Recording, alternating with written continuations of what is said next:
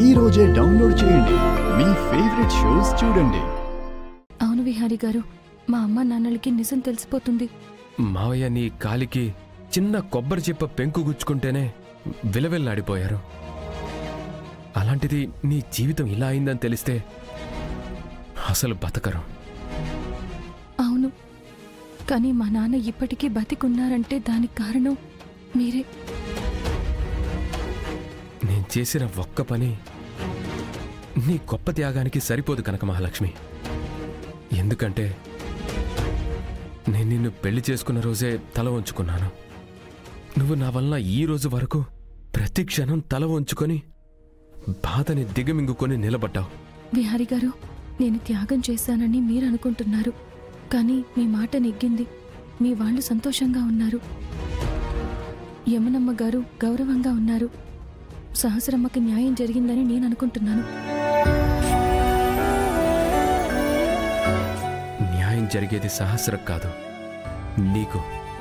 ఎప్పటికీ నువ్వే నా భార్యవి, ఎప్పటికీ నా జీవిత భాగస్వామివి నువ్వే. కానీ ఈ మాట నీతో ఇప్పుడే చెప్పలేను.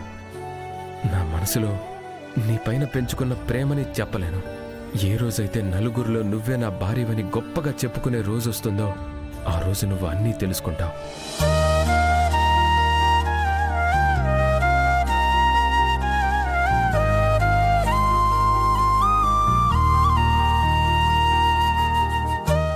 లక్ష్మి, ఒక్క నిమిషం అప్పినిటివు.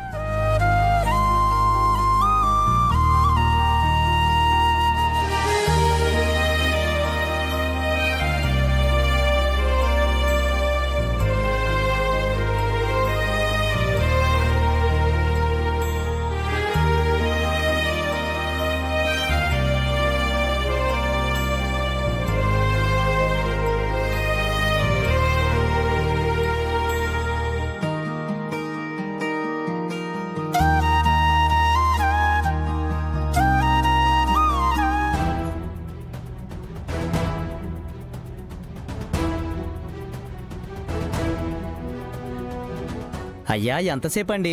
అమ్మాయిని అబ్బాయిని పిలవండి. అలాగే పంతులు గారు, ఒకసారి అమ్మాయి అల్లుడు గారి దగ్గరికి వెళ్ళి పిలు. ఇప్పుడే వెళ్తాను.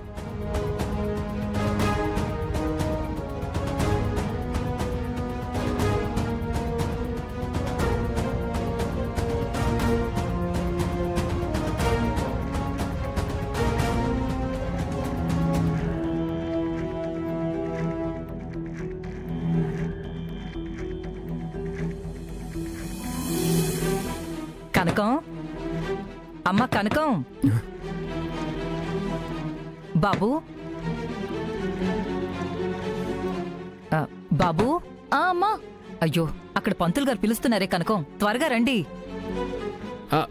వచ్చేస్తున్నావు అత్తయ్య.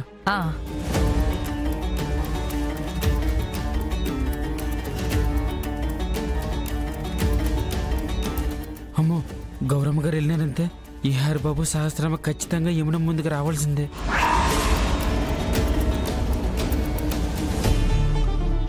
కనకం, ఎంతసేపే? త్వరగా రండి. అమ్మా, వస్తున్నాం, కంగారు పెట్టకు.